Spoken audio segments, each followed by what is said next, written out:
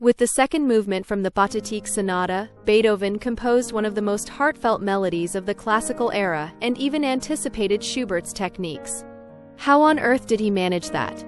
By the end of this video, you'll understand what lies beneath this seemingly innocuous surface, how Beethoven ingeniously incorporated a musical pattern from a culture entirely different from his own, and which contemporary singer-songwriter stole his melody, and in which song.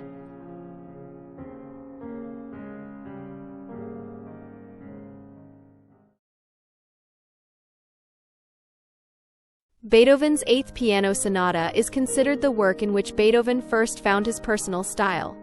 He himself called it the Pathétique, and it is in C minor, a key that represents his fateful emotional side. As a reminder, the Fifth Symphony, the Fifth Symphony, is also in C minor. The sonata's Adagio contrasts with the first movement in the parallel key of E major and has a calm, comforting character. Beethoven was never considered a melodist. He preferred to create entire symphonic and concertant cathedrals from the smallest motivic material, angular, wild, and richly adorned with contrasts. The Adagio of the Pathétique, however, already has an almost romantic character. It is a wonderfully sung vocal line, cast into a 16-bar song form in regular groups of 4 bars. The German musicologist Jürgen Uhde rightly notes in his standard work on Beethoven's sonatas that wide intervals, as well as perfect fifths and the tritone, play a formative role in shaping the structure, in contrast to the narrow-range scale passages in seconds found in the first movement.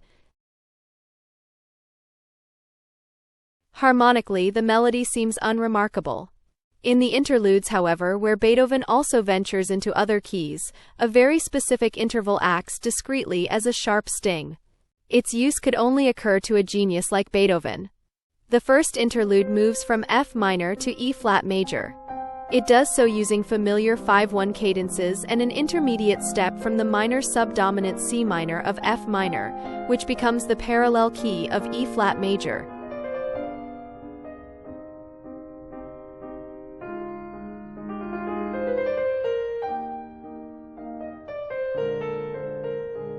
E flat major is then reinforced with 5/1 cadences.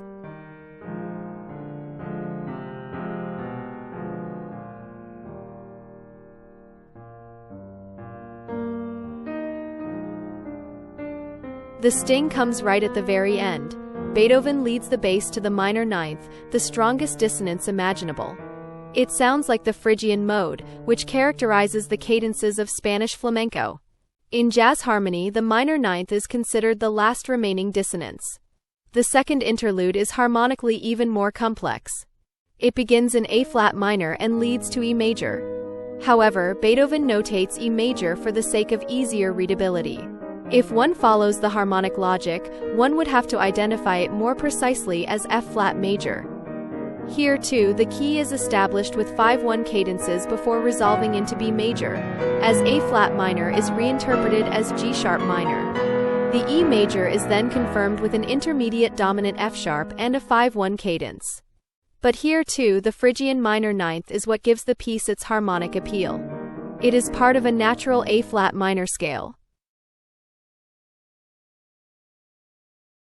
Why does the Adagio not seem banal despite its simple form and unspectacular harmony? We are always looking for forms of artful entanglement of levels, which constitute the expressiveness and sophistication of music. In this piece, it is a kind of disguise. What presents itself as a simple piano piece is actually an orchestral work, or at least a chamber music piece. One can imagine the instrumentation something like this.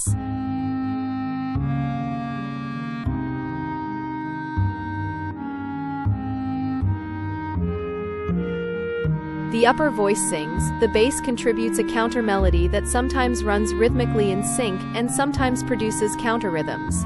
And a middle voice contributes a pulse.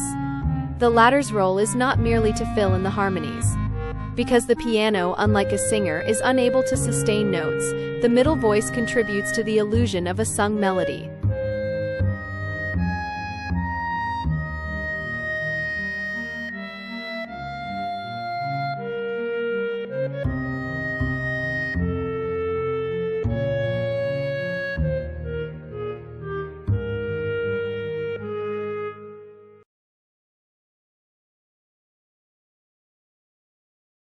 What does this mean for the pianist? A major challenge. He or she must shape 3 to 4 voices, each with its own distinct character. The challenge is doubled by the fact that the right hand must shape both the upper voice and the middle ground. It can happen, as in measure 15, that sustained eighth notes played with the thumb must be contrasted with staccatos in the other fingers.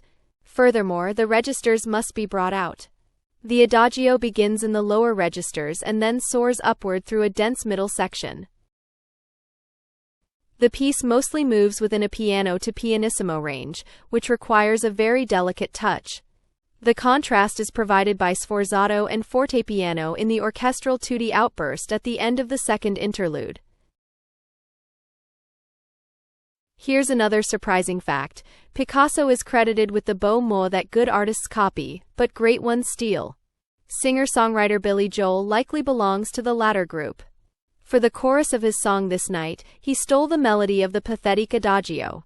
It's no coincidence that he did this with a Beethoven piece that comes very close to Schubert's spirit. For Schubert is something of a godfather to today's singer-songwriters, as this video shows, which also touches on another Billy Joel song. Check it out and subscribe to our channel because the best is yet to come.